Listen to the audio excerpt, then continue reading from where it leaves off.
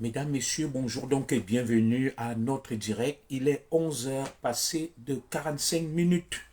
Et comme vous le savez, je ne fais plus des directs trop longs et trop soporifiques. Je fais des directs bien calibrés afin de permettre aux uns aux autres de pouvoir les suivre en intégralité. Alors, nous sommes donc, mesdames et messieurs, le vendredi 30 janvier 2026. J'ai annoncé ce direct pour 11 heures. Malheureusement, je le fais avec un retard de 45 minutes. Mieux vaut tard que jamais. Pour éviter donc d'avoir mauvaise conscience auprès de la postérité, j'aime toujours m'expliquer, mais pas me justifier. Il y a une différence entre s'expliquer et se justifier. Aujourd'hui, j'irai travailler à partir de 13h30. Voilà, c'est pour ça que au plus tard, à 12h45, nous arrêterons ce direct. Je vais vous laisser grand max 1 heure de direct pour pouvoir le suivre, le digérer. Et comme vous le savez, je ne suis pas là pour faire plaisir à quelqu'un.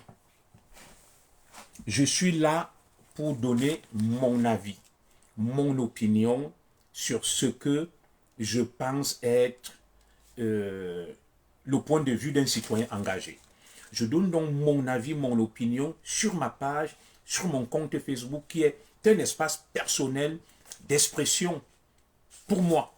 Alors, je remercie tous ceux qui me suivent à travers le monde, qui me font confiance. Mais chacun a sa page. Je ne me plains pas de vous qui me suivez, qui me faites confiance, mais je me plains de ceux qui pensent vouloir orienter ma conscience vers ce qui les arrange et viennent me donner des leçons. C'est simple comme bonjour. Si quelqu'un pense qu'il a des choses à dire, il ouvre son Facebook, il ouvre son TikTok, il fait son direct comme moi, il s'exprime, il donne son avis. Ça ne sert à rien de venir pleurer sur ma page. Ma page n'est pas le mur des lamentations. Ma page est la page de Junior Zogo, qui me sert, n'est-ce pas, de moyen d'expression par rapport à la marche des affaires du Cameroun et du monde. Voilà. C'est hors de question de venir pleurer, de venir jouer les frustrés, les aigris sur ma page. Pourquoi tu as dit ça? Pourquoi tu as fait ça? Je n'ai de compte à rendre qu'à ma conscience. Alors, mesdames et messieurs, donc aujourd'hui, nous allons parler de 3 sujets très importants. Vous savez que j'avais promis que je serais toujours là. Belly book. Belly book. Pour m'exprimer. Je sais que ces directs passent à 1 heure où beaucoup sont au travail. Malheureusement pour eux, ils me suivront en différé. Alors aujourd'hui, nous allons parler du Bulgi-Bulga, de Bulganjanga, du Capharnaüm qui règne au port autonome de Douala dans cette histoire d'attribution du marché du scanning tantôt à la société filiale suisse SGS, tantôt à la filiale transatlantique DSA. Ce combat des contrats au port de Douala illustre à suffisance la cacophonie qui règne au sein du sommet de l'État et met en exergue, mesdames et messieurs, s'il en était encore besoin, ce que j'appelle ici la guerre des clans. Alors, une fois que nous aurons donc abordé ce sujet nodal, épinal, gordien, primordial, qu'est la cacophonie, les leçons, les enseignements à tirer de cette cacophonie autour du port autonome de Douala au niveau de l'attribution, n'est-ce pas, du scanning. Nous allons aborder le détournement massif. Bonjour à toi, Dieu donné ici. Nous allons aborder par ailleurs mes meilleurs voeux, Joachim Fouda, mon frère. Nous allons aborder l'affaire, n'est-ce pas, du détournement de la dette publique, l'argent issu de la dette publique. J'ai de l'administration pour toi. Je suis de Père Étonne. Merci beaucoup, mon frère Jaurès Kamdem. Bonjour à Lyon Abeng. Vous m'excuserez, je vous aime tous. Je vous dis bonjour à vous tous. Je ne peux vous citer nommément. Merci. Celui qui pense qu'il a des choses à me communiquer, à me transmettre, il m'écrit en inbox ou via mon numéro WhatsApp 00337 58 37 13 15. Je suis toujours disponible, je lis et je réponds, même si ça prend du temps. Comme vous le savez, je suis sollicité par beaucoup. Alors, je le disais donc, nous allons aborder 3 sujets aujourd'hui qui ont un lien. ces sujets ont une corrélation, ils sont étroitement liés. Nous allons parler, n'est-ce pas, du comportement de nos dignitaires, de nos apparatchiks, de notre élite, de l'élite ECAN, à travers le scandale dit de l'attribution du scanning au port autonome de Douala. Nous aborderons par la suite la notice rouge, l'affaire de la notice rouge qui a été faite au président Paul Biya, l'alertant sur le détournement massif de l'argent issu de la dette, c'est-à-dire des hauts dignitaires vont emprunter de l'argent au nom du Cameroun et le détournent. Et puis, nous allons mettre la clé sur le paillasson en analysant, en tirant les leçons et les enseignements des aveux de Calibri. Ça va vous montrer beaucoup de choses. Ça va vous montrer beaucoup de choses. Alors, mesdames et messieurs, aujourd'hui donc, je vais rendre un vibrant hommage à un aîné, l'époux, n'est-ce pas, d'une amie à mon épouse. Vous la voyez sur les réseaux sociaux, elle vend des vêtements de Glam Style Glory. De Glam Style Glory a donc perdu son mari, un grand frère Douala, monsieur Raymond Doumbé. C'est un couple dont je suis très proche qui m'a fait l'honneur de m'inviter à Liège, en Belgique, à l'occasion de la première communion de leur princesse, la petite Gloria. Alors, je serai donc représenté aux obsèques de l'époux, du défunt époux de Glam Style Glory par mon épouse et ma belle-sœur qui, à ce moment, sont presque déjà en Belgique pour me représenter. Pour des raisons professionnelles, je n'ai pas pu m'y rendre. Je trouverai l'occasion, le deuil ne finit jamais, de me rendre en Belgique, à Liège, assister notre sœur de Glam Style Glory. J'étais très proche de son époux, le regretté Raymond Doumbé, un grand frère très affable, très avenant, très discret et surtout très courtois. Beaucoup de courage à notre sœur de Glam Style Glory qui, à ce moment, doit être en train d'enterrer son mari. Mon épouse est en route avec ma belle-sœur. Elles vont vous rejoindre d'un moment à l'autre pour me représenter. Toutes mes excuses, je n'ai pas pu être là parce qu'il faut assister les amis, les proches, tant dans les moments difficiles que dans les moments de joie. Ne soyons pas des amis qui viennent seulement assister les autres lorsqu'il y a la fête. Alors, mesdames et messieurs, j'attends un maximum de partage possible.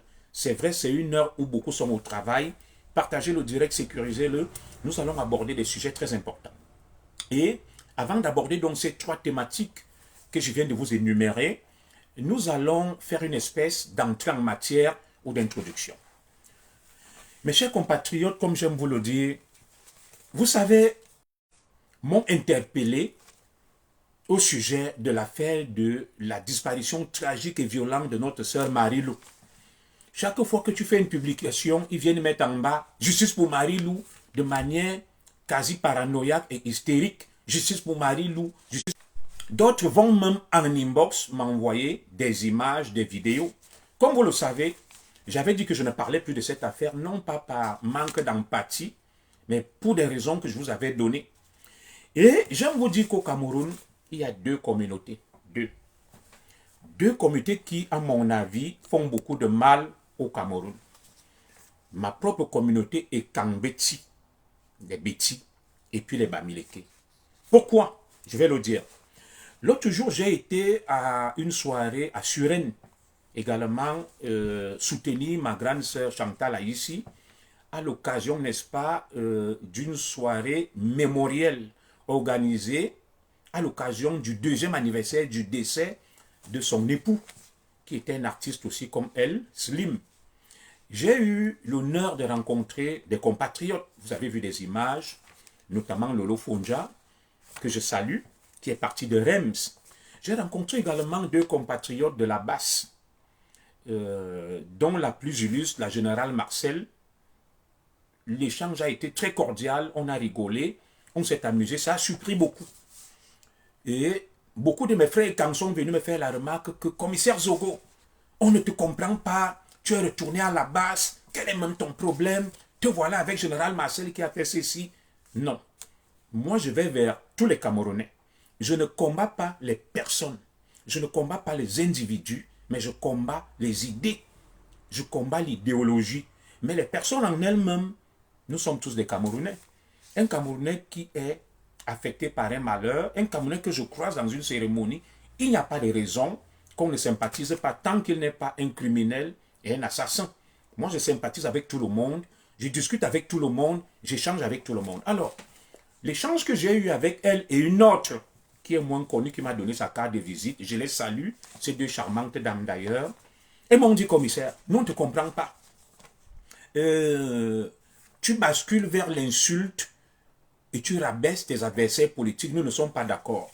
Elles m'ont notamment reproché le fait d'avoir dit je vais couper le pont de Bebda et d'avoir qualifié mes compatriotes bamileke de Mechumgechum. Nous nous sommes longuement expliqués. Et Général Marcel a dit quelque chose qui m'a intéressé. Je la salue d'ailleurs. Elle m'a dit, mon commissaire, je sais que tu es pour le changement, tu veux le changement. C'est très intelligent. Oui, je suis pour le changement, je veux le changement. Mais je suis contre l'imposture, la mise en scène et tout simplement l'hypocrisie et la duplexité. Des gens qui sont ambigus, ambivalents. C'est ça qui me pose problème. Alors, je vais m'adresser donc à nos deux communautés avant d'aborder le vif du sujet. Chaque jour, il y a d'un côté les extrémistes Kang, de l'autre les extrémistes Bamileke. Ils se mènent une guerre impitoyable sur les réseaux sociaux. Il y a des tontons macoutes qui font ce qu'on appelle la patrouille sur les réseaux sociaux, harcelant, menaçant, agressant tout le monde. Parce que chaque camp a ses adeptes. Du côté des Ekans, ma communauté, on estime que les Bamileke bloquent le changement avec le tribalisme et mentent de ne pas profiter du système. Voilà ce que les Ekans disent, que les Bamileke bloquent le changement avec le tribalisme. Et ce sont des menteurs qui profitent du système, mais tout en disant qu'ils n'en profitent pas. Alors maintenant, que disaient les Bamileke des Ekans?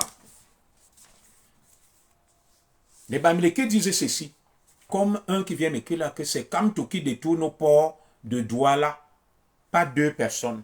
Les Bamileke disaient ceci, les Ekans sont propriétaires du Cameroun et sont des paresseux qui profitent seuls du pays. Ce sont ces deux clans qui gâtent le Cameroun, les extrémistes Ekans et les extrémistes Bamileke. Tu ne peux rien dire, tu ne peux rien faire, tu ne peux pas bouger, tu ne peux pas avancer.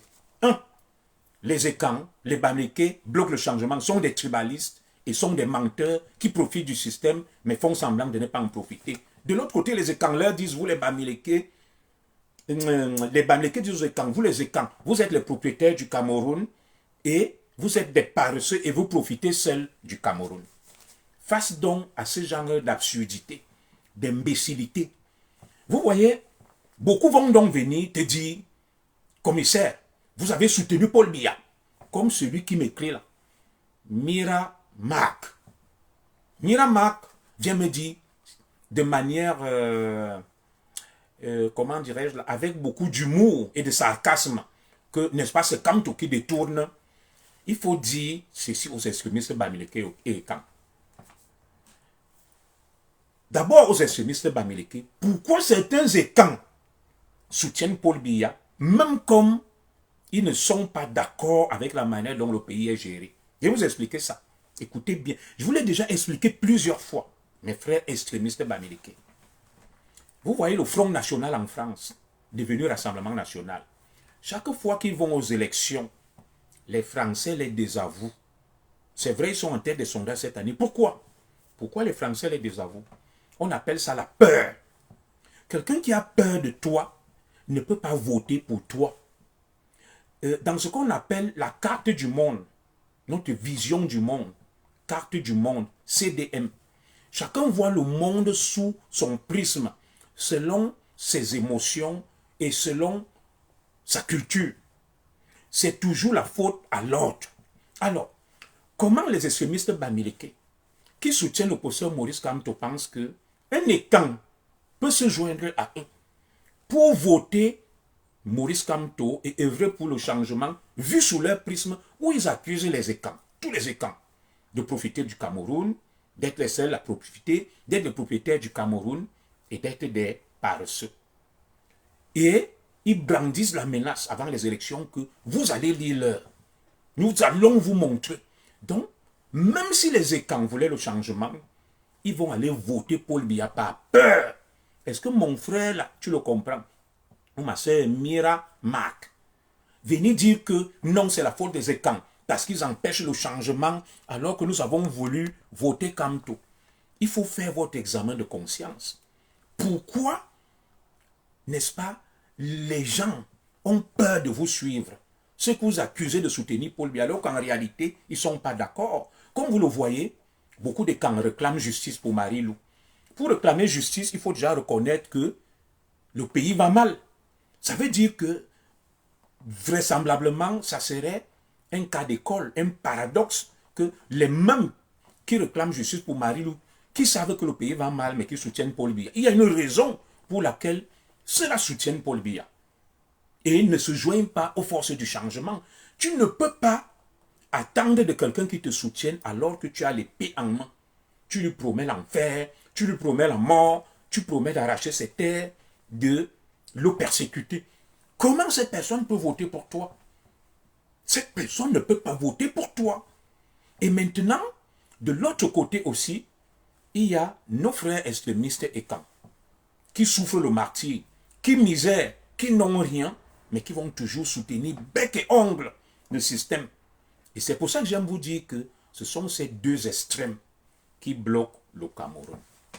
Ce sont ces deux extrêmes qui bloquent le Cameroun. D'un côté, les extrémistes et camps qui soutiennent juste par peur et d'autres par fanatisme le système. Et de l'autre côté, les extrémistes bamileke qui soutiennent par tribalisme, par haine l'opposition et veulent régler les comptes aux autres. Et on se retrouve avec un pays bloqué, sclérosé, exactement comme le Rassemblement national ici, qui n'arrive jamais à accéder au pouvoir.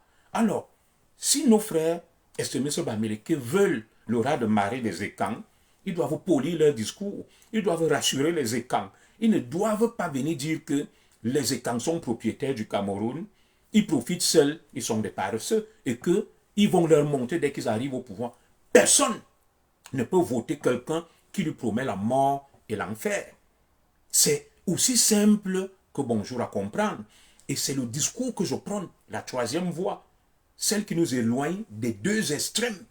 Il faut une troisième voie pour arriver au changement. Alors, pendant que ces idiots utiles, entre guillemets, des extrêmes des deux camps se battent, les qui profitent, ce sont ceux qui vont, comme au port autonome de Douala, manigancer, comme ceux qui détournent l'argent issu de la dette.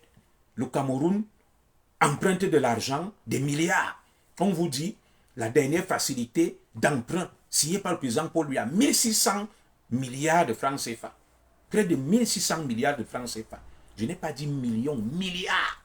1 milliard, c'est 1000 millions. Tu te poses une question. Mais cet argent va où? Qu'est-ce qu'on fait avec cet argent-là?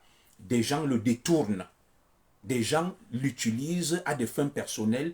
Ils empruntent au nom du Cameroun, du peuple camerounais, mais ils utilisent pour leur propre compte et c'est l'ensemble du Cameroun qui le rembourse. Voilà la triste réalité du Cameroun.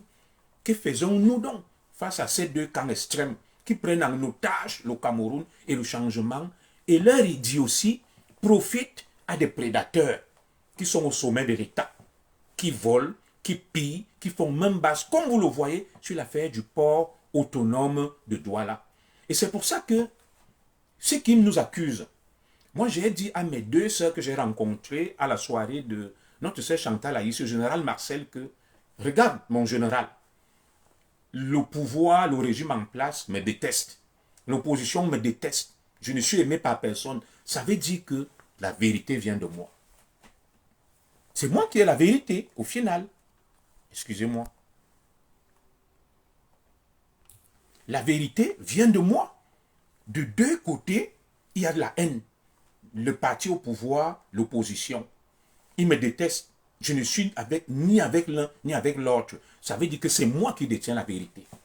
Parce qu'ils savent que je suis un homme intègre, honnête et juste. Je vais vous prendre quelques petits exemples en m'appuyant sur tout ce que Calibri a dit avant d'aborder le sujet, l'épineux sujet du port autonome de Douala, l'affaire du scanning. Alors, lorsque actuellement vous suivez les déclarations, les dénonciations de Kalibri, j'étais avec eux. En 2018, j'ai dit la même chose, qu'il y a le tribalisme, que c'est de l'imposture. Les gens jouent à un double jeu. Il a fallu attendre des années pour que les uns et les autres aient la confirmation de ce que j'avais déjà annoncé en 2018. Kalibri, à travers ses nombreuses sorties, nous donne de nombreuses informations. Nous avons tiré de nombreux enseignements des sorties fracassantes de Kalibri Kalibro. Kalibri Kalibro dit « J'ai envoyé Kamto en prison. J'ai envoyé Kamto en prison. » Le même Kalibri Kalibro avait dit avant « Kamto n'a rien à voir dans les casses de l'ambassade. Il était en prison injustement. » Et Kalibri vous dit que c'est lui qui a envoyé Kamto en prison. Il y a une petite information qu'il vous donne. Je vous ai toujours dit ici que aucun activiste vivant sur le sol occidental ne peut opérer s'il ne rend compte au service secret du pays d'accueil. Je sais de quoi je vous parle. En ma qualité d'ancien commissaire, d'activiste et autres. Donc, Kalibri vient, n'est-ce pas, vous faire l'aveu que c'est lui qui a envoyé Kamto en prison. Il a envoyé Kamto en prison avec l'aide de qui? Qui était derrière lui?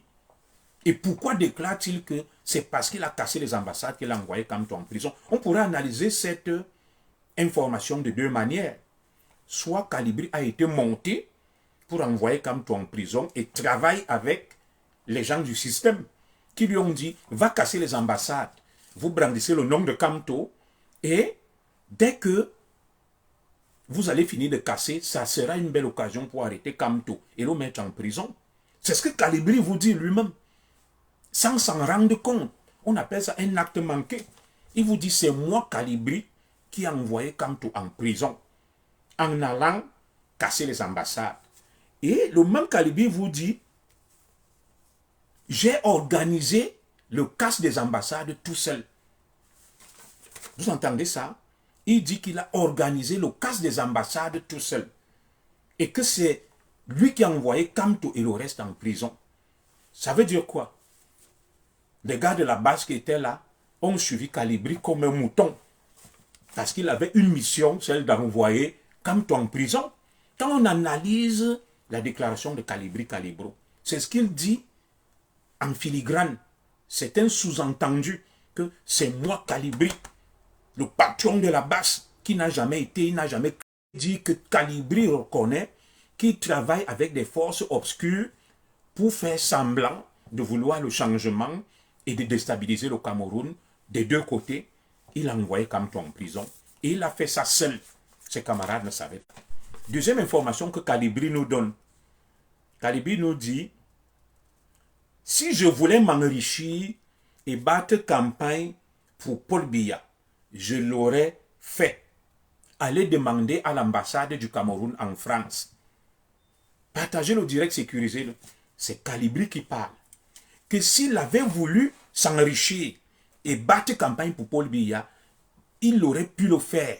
Et si on discute qu'on aille demander à l'ambassade du Cameroun en France, ça veut dire que Kalibri a des solides entrées à l'ambassade du Cameroun en France. Et que Kalibri, c'est un sous-entendu, a été sollicité par des gens de l'ambassade du Cameroun en France pour aller battre campagne pour Paul Biya.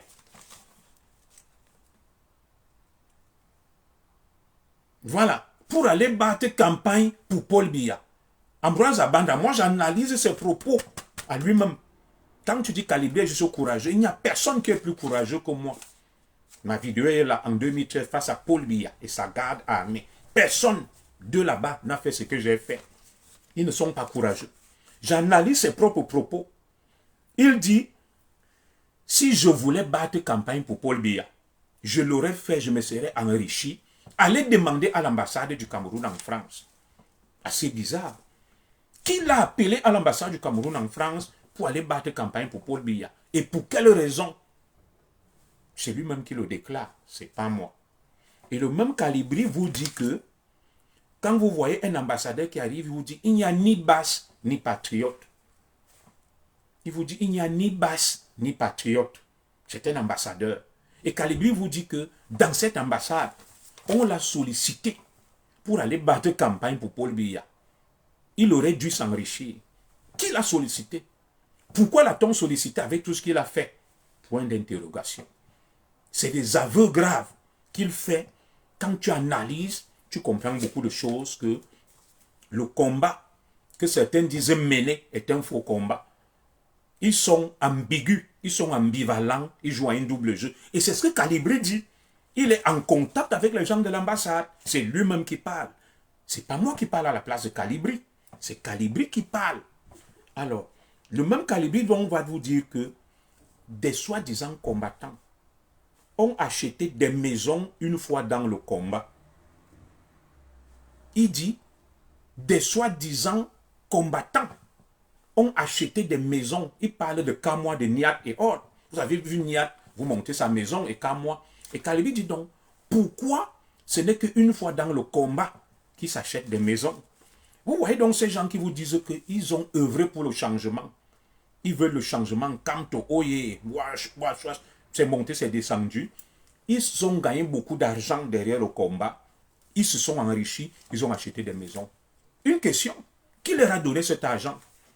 L'argent avec lequel ils se sont achetés des maisons leur est venu d'où? Qui le leur a donné? Pourtant, c'est eux qui vous disent que Zoro est un traître. Ils sont des vrais combattants. Ils mènent le combat. Ils veulent le changement. Calibri nous révèle beaucoup de choses à travers ses sorties pour quelqu'un qui analyse, qui comprend bien.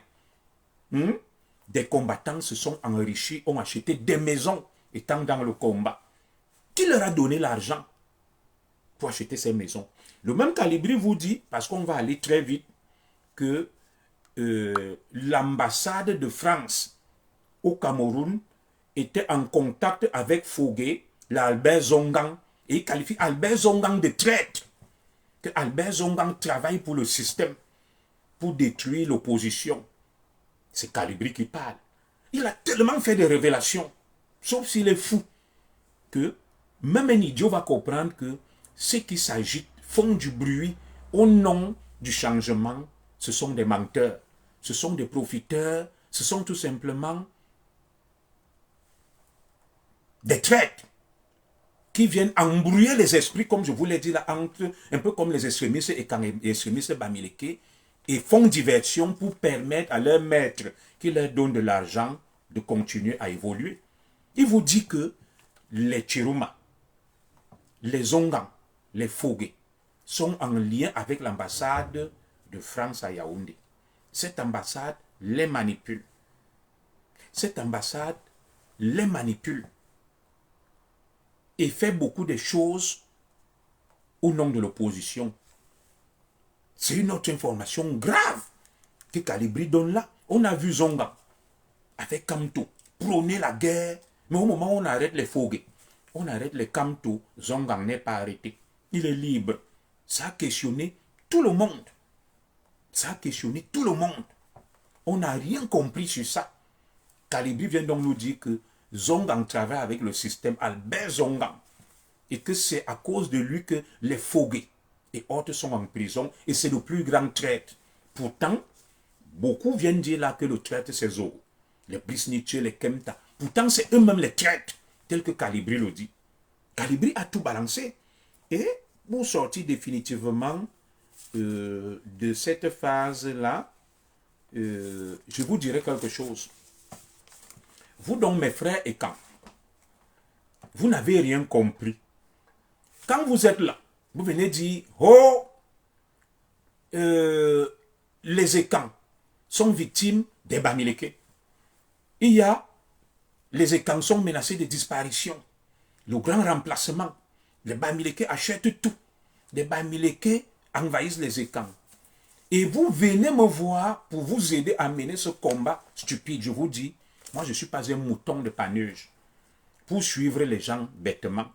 Et je vous mets en garde, vous extrémistes Ekans et vous extrémistes Bamileke, c'est vous le problème du Cameroun.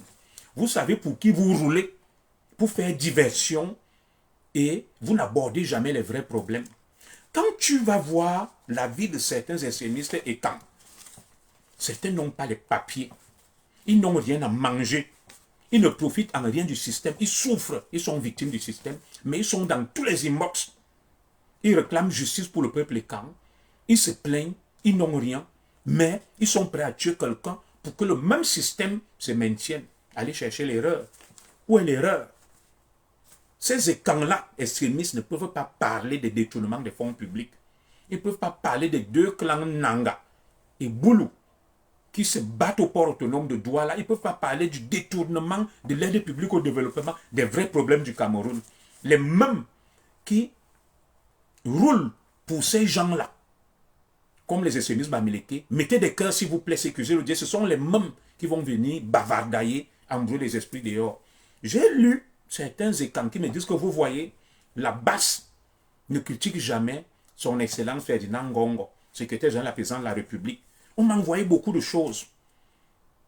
Et je n'ai rien appelé le secrétaire général de la présidence de la République. Moi, j'avais annoncé que je ne parle plus de lui. Alors, comment ils disent que le secrétaire général de la présidence, M. Ngongo, n'a aucun mandat, n'est pas élu. Mais les mêmes s'attaquent à d'autres ministres et camps qui ne sont pas élus, mais épargnent Ngongo. Je vous ai toujours dit que quand vous voyez de Paul Tchouta, vous voyez les Jumento, ça va vous étonner que leur patron est un écan qui est proche de Paul Biya. Au moment où vous croyez là que leur patron, c'est Kamto, ou bien les extrémistes bamileke, parce que vous êtes dans un sale jeu entre les extrémistes et camps qui sont manipulés par des petits pontes du régime. Je vais vous dire, quand vous voyez beaucoup de femmes et camps sur Facebook venir parler, Kogo est d'ici, la haine, le tribalisme et pas le nom des écans qui combattent les bamileke, c'est souvent deux choses. Un, soit l'une d'elles était sortie avec un bamileke et a fait des enfants avec un bamileke et utilise sa déception, ses déboires sentimentaux pour entraîner tout le monde dans la chute. Soit elle sort avec un petit profiteur écan qui est dans le régime, soit les gens de la sécurité présidentielle, la DGRE, c'est beaucoup de petites femmes écan que vous voyez dans tous les directs, insulter tout le monde, menacer tout le monde. Dire que le problème du Cameroun, c'est les bamileke. Ils ne parlent jamais, ils ne critiquent jamais le système écan. Soit c'est des déboires sentimentaux qu'ils ont eus en sortant avec des bamileke, soit ils sortent avec des petits ndouringeme qui sont des écans au pouvoir. Ce sont les bibouanes. Ils les envoient donc sur Facebook aller embrouiller les esprits, s'aimer la confusion, s'aimer la haine. Je sais de quoi je vous parle. Et maintenant, de l'autre côté, beaucoup de bamileke extrémistes vont venir crier, hurler. Que Abba Paul Biya, ils distillent la haine de venin, ils bloquent le changement. La plupart travaillent pour les pontes et camps qui sont autour du président Paul Biya. Et on leur a dit, ce combat-là entretient la confusion et empêche l'émergence des forces du changement. À qui profite le combat des cons, le combat de ce que j'appelle des crapules, les extrémistes et camps et les extrémistes bamileke? Ça profite aux prédateurs du régime, aux aristocrates, ça profite aux apparatchiks, ceux qui sont autour du président Biya, qui tiennent le pays en otage. C'est à eux que ça profite. Mais les mêmes qui jouent à ce jeu vont venir accuser d'autres d'être responsables du blocage du pays, d'empêcher le changement, alors qu'en réalité, ce sont eux-mêmes qui empêchent le changement. Ben, je ne peux pas comprendre que les écans viennent me voir. Justice pour Marie-Lou. Oui, nous voulons justice pour Marie-Lou. Mais s'ils réclament justice pour Marie-Lou, ce sont les mêmes qui font confiance au système qui n'arrive pas à leur permettre de rendre justice à Marie-Lou. Ça veut donc dire qu'au lieu de me demander de venir réclamer justice pour Marie-Lou, ces écans-là doivent dénoncer le système qu'ils soutiennent, que nous avons voté pour vous. On tue des écans et justice ne leur est pas rendue. Vous cessez de soutenir ce système. J'ai demandé à ces écans que vous dites que vous êtes victime des bamileke. Qui dirige le Cameroun? C'est Paul Biya, l'homme le plus puissant du Cameroun. Sa femme, Chantal Biya, la femme la plus puissante du Cameroun. Regardez le nombre des camps aux affaires.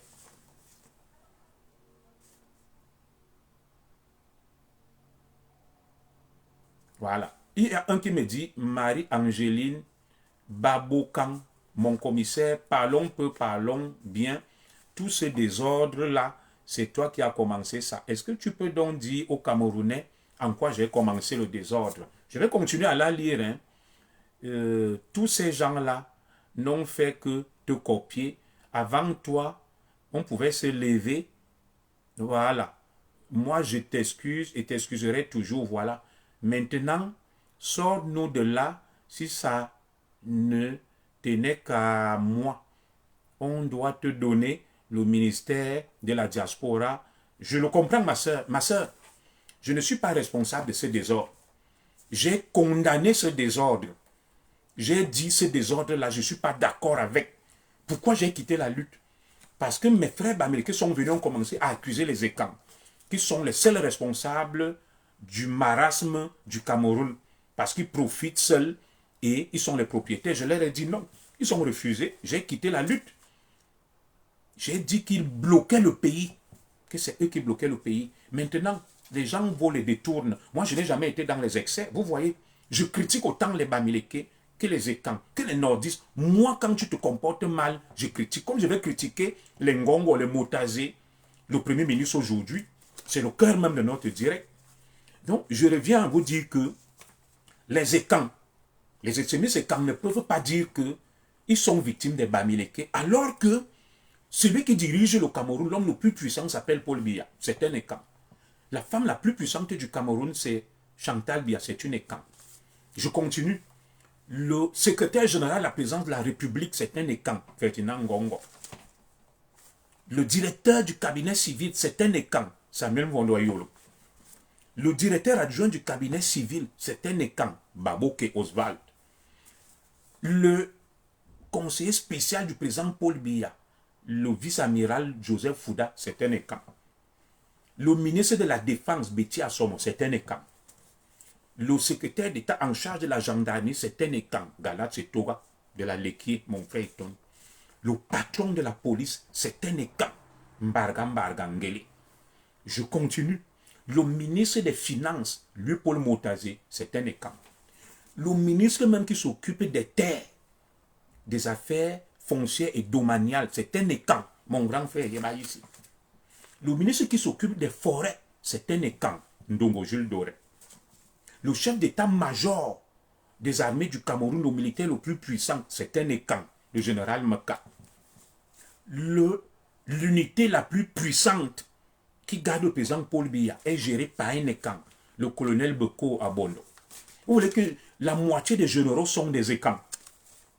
La moitié des gouverneurs sont des Ekans. Alors, je veux donc comprendre comment les Ekans sont menacés d'extermination par les Bamileke. On me dit que c'est parce que les Bamileke ont l'argent, alors que tout le gotha administratif et politique est entre les mains des Ekans. Les hommes les plus puissants politiquement, administrativement sont des Ekans. Et on vient me dire que je dois gober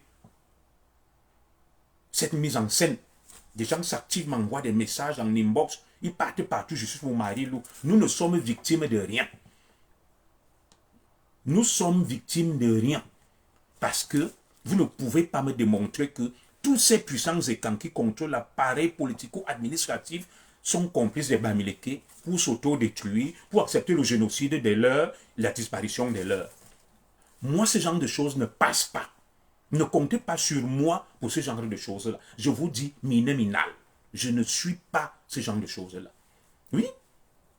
Et admettons même que les Bamileke aient de l'argent. Qui fabrique les hommes d'affaires? Il y a une arme pour détruire les hommes d'affaires. La ligne 94 est détenue au niveau du ministère des Finances. C'est un levier qu'on actionne pour donner des crédits aux hommes d'affaires Bamileke pour être riches. Tout comme les impôts. On utilise l'arme fiscale à travers des exonérations fiscales douanières pour favoriser les hommes d'affaires. Et si le pouvoir en place veut détruire un homme d'affaires, ça ne leur coûte rien. La preuve à Mugobelinga. Donc venez me dire que comme les Bamileke ont ceci, oui, je l'entends. Le véritable problème que vous ne voulez pas aborder, vous, mes frères extrémistes et camps, je vous traite au même titre que les extrémistes Bamileke, c'est que vous connaissez où est le mal, vous connaissez où est le problème, mais vous n'osez pas en parler. Vous n'osez pas toucher du doigt la réalité. Voilà votre vrai problème. Oui, Parce que les extrémistes et quand ils parlent là, ils n'ont pas accès au pouvoir, ils ne profitent en rien. Ils sont pauvres, ils misèrent. Certains n'ont même pas les papiers. Quand on organise même les cérémonies au palais, on les invite pas, mais on invite les Bamileke. Ils doivent donc se poser des questions comme, mais comment nous mourons pour des gens? Mais ces gens sont avec les ennemis que nous combattons. Vous combattez les ennemis des hommes du pouvoir et quand des extrémistes Bamileke. Mais quand les hommes du pouvoir et quand fêtent et font tout ce qui est bien, ils invitent vos ennemis pour faire la fête avec eux. Dites-moi où est la logique? Où est la logique dans ça? Il n'y a aucune logique dans ça. C'est tout simplement que vous êtes manipulés, les deux camps. Oui, les deux camps sont manipulés par des petits menteurs qui vont venir vous dire, je traite avec le président Paul Biya, je te salue ma sœur Angélique Amougou, je traite avec le général tel. C'est des petits menteurs escrocs qui ont faim, qui ont soif, qui viennent manipuler quelques petits extrémistes et camps dans l'ombre. Pour vous dire que non, deux fois là, je parle avec tel colonel, je parle avec le commandant. Tu vas avec même ces petits rigolos, il te dit qu'il vient te voir au nom d'un Vondoyolo. Vous allez dans un restaurant, tu quittes Yaoundé, tu viens en mission venu d'un Vondoyolo, un milliardaire qui construit des maisons aux femmes. Tu dis que tu viens voir un écan au nom de Vondoyolo. Vous allez au restaurant, c'est toi qui payes le restaurant. Il n'a même pas 10 francs en poche. Mais il va te dire qu'il influence le fonctionnement du pays. Il est trop fort. Il a faim. Dans ce restaurant, si vous ne faites pas attention, on vous arrête, on vous garde à vue. Mais il vient en mission au nom de l'État du Cameroun. C'est tout simplement des petits farfelus. Et je l'ai compris, des petits menteurs, des petits imposteurs qui veulent se faire importants, qui crèvent de faim, qui n'ont rien, qui viennent mentir. Et moi, ce petit jeu-là, c'est terminé avec moi. C'est terminé, c'est fini, je ne suis plus là.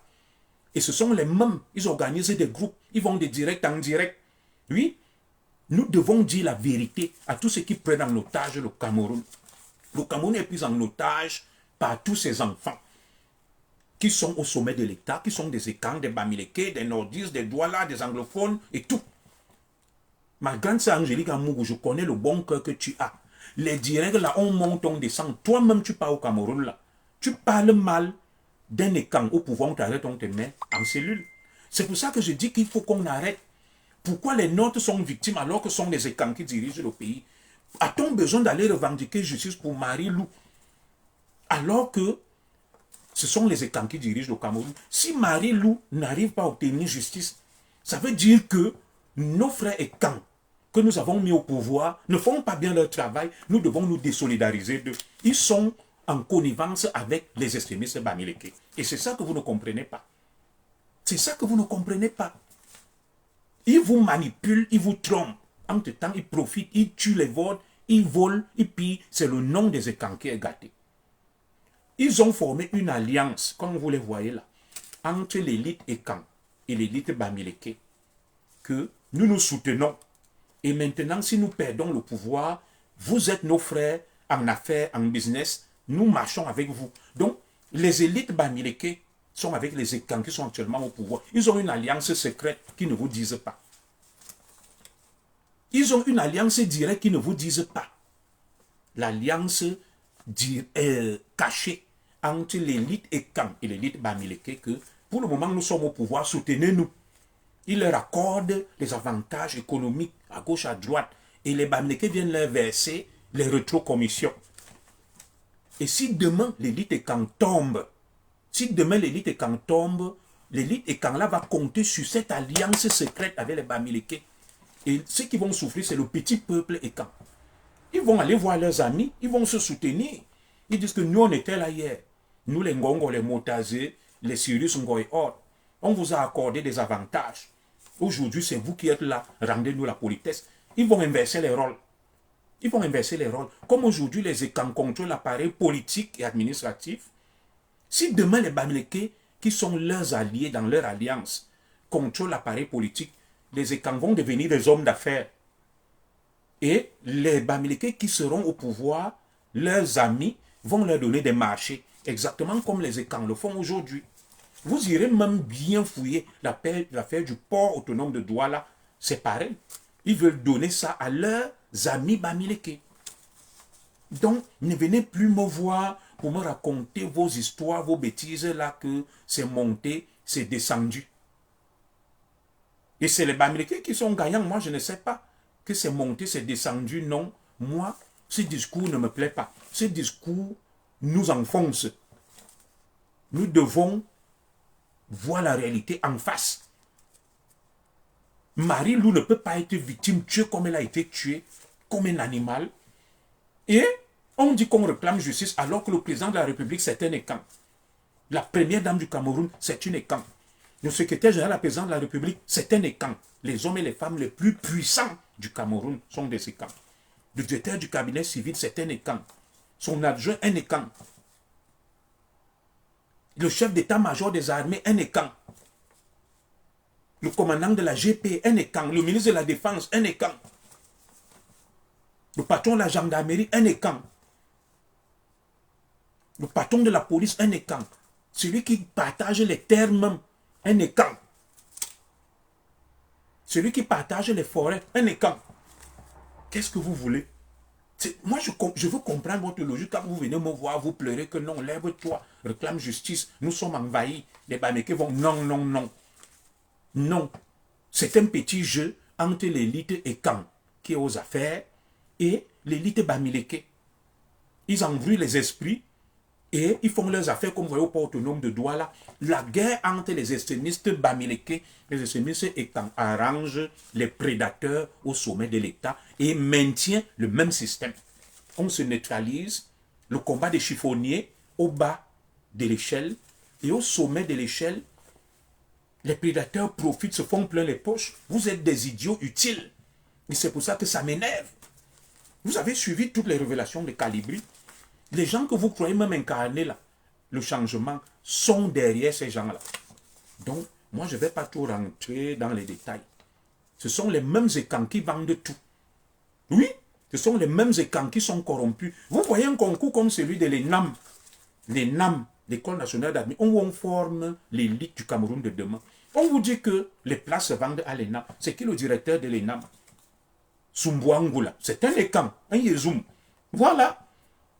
Et les écans ne vont pas parler de ça. Ils vont aller accuser les Bamileke. Le ministre de la fonction publique, c'est un écan. Joseph Anderson Lé, c'est un écan.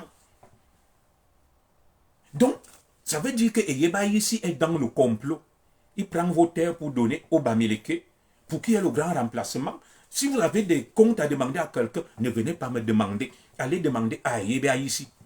Le conseiller juridique du président Paul Biya, celui qui a remplacé Fumana Kam, qui est le véritable patron de la justice camerounaise, c'est un écan, Namaremi, le conseiller juridique, c'est lui qui gère la justice camerounaise. C'est même pas les Laurent et les Momo. Donc, Namaremi, allez demander à Namaremi de tout faire pour que justice soit rendue à notre sœur Mbala Marie-Louise. Parce que vous êtes des poltrons, vous jouez à un faux jeu. Vous êtes manipulés les deux camps et vous venez embrouiller les esprits et vous pensez que c'est moi qui dois me sacrifier. Non. Non. Les écans sont là, ils mangent, ils boivent, ils volent, ils rigolent avec leurs amis Bamileke. Et ceux qui doivent mener le combat, ça doit être les Zogo. Pourquoi? Non, je refuse. Je refuse de mener ce combat-là. Voici le mois qui est fini, nous sommes le 30. Ni un Bamileke ni un écan ne va m'aider à payer mes charges. Si je ne vais pas travailler comme je suis parti là, si ma femme ne part pas travailler, je vis dans la rue. Mais on va venir me demander de porter des causes, que je relève-toi. Justice pour moi qui m'a rendu justice. Ça fait 18 ans que je suis en Europe. J'ai eu des problèmes dans la police. Mettez des cœurs, soutenir au direct. Qui a rendu justice pour moi? Pourquoi les états ne viennent pas dire justice pour Junior Zogo? Pourquoi ils ne disent pas justice pour moi? Pourquoi moi je dois me mobiliser pour les autres qui eux ne peuvent se mobiliser pour personne? Vous savez pourquoi vous venez parler là, justice pour Marie-Lou? S'il faut que justice soit rendue pour Marie-Lou, ce sont les nôtres qui dirigent le Cameroun. Vous n'avez même pas besoin de manifester, d'aller parler, de brailler. Ils doivent rendre justice. Puisque nous leur avons fait confiance, nous les avons mis là pour que justice, le Cameroun soit dirigé selon la justice. Pourquoi réclamer encore la justice alors que c'est nous qui les avons mis là? Et nous les avons mis là, nous fermons les yeux et vous venez vous me demander, moi, d'aller les combattre. de me mettre devant et de rendre justice à Marie-Lou. Non. Ceux qui doivent rendre justice à Marie-Lou, c'est le président Paul Biya. C'est sa femme, la première dame, qui est une écam. C'est tous les écams qui sont autour du président Paul Biya, qui ont des postes clés, qui doivent dire que non. Comment notre sœur peut mourir comme ça? Et s'ils ne font rien, cherchez donc à comprendre pourquoi ils ne font rien. Cherchez à comprendre pourquoi ils ne font rien. Et ce n'est pas parce que vous criez, vous bavardez, dans les bas-fonds, les chaumières, qui vont faire quelque chose. Ceux qui crient même, qui bavardent dans les bas-fonds, je leur pose une question. Quand il y a des cérémonies au palais qui vous invitent, quand ces gens profitent, je connais les fils des ministres et hauts dignitaires qui sont ici, ils ne peuvent même pas vous serrer la main. Ils vivent, ils ont beaucoup d'argent, ils vivent 1000 à l'heure. Vous n'allez pas leur demander de se mettre en première ligne. Mais vous venez tout le temps pleurer sur ma page. Venez pleurer sur ma page. Vous me demandez de me constituer en sacrifice humain pour aller me sacrifier pour des gens qui jouent à un double jeu minal. Je ne suis plus là. Voilà. On va donc revenir sur l'affaire du port autonome de Douala qui est notre sujet. Il est 12h35. Je vais bientôt arrêter le direct. Alors, nous assistons à une bataille au niveau du port autonome de Douala sur une société qui doit assurer le scanning. Le scanning, ça veut dire scanner, enregistrer de manière numérique le flux, n'est-ce pas, commercial au niveau du port de Douala. Ça veut dire qu'on a digitalisé, on a numérisé, on est passé, n'est-ce pas, de la gestion papier vers la gestion informatique du port. C'est de ça qu'il s'agit. Alors, nous les ECAM, nous observons ce spectacle-là. Le spectacle du port autonome de Douala qui met en scène deux clans. Des mêmes clans dont on vous parle chaque jour. Le clan Nanga et le clan Boulou avec leurs alliés. Vous êtes toujours là, vous, ma famille et Kam. Vous voyez comment le pays s'enfonce. Vous voyez comment les nôtres, nos élites se comportent mal. Mais vous ne leur dites pas la vérité. Vous continuez à soutenir la bêtise, le mal, mais vous vous plaignez en même temps. Non. Nous ne pouvons pas soutenir le mal. Quand je dis soutenir, je n'ai pas dit qu'il ne fallait pas voter pour le président Paul Biya. Moi-même, j'ai demandé qu'on vote pour le président Paul Biya à cause des extrémistes bamileke. Parce que si les extrémistes bamileke ne nous menaçaient pas, si on n'avait pas peur d'eux, qui nous promettent l'enfer et la mort, j'allais demander qu'on vote contre le président Paul Biya. C'est un vote de peur.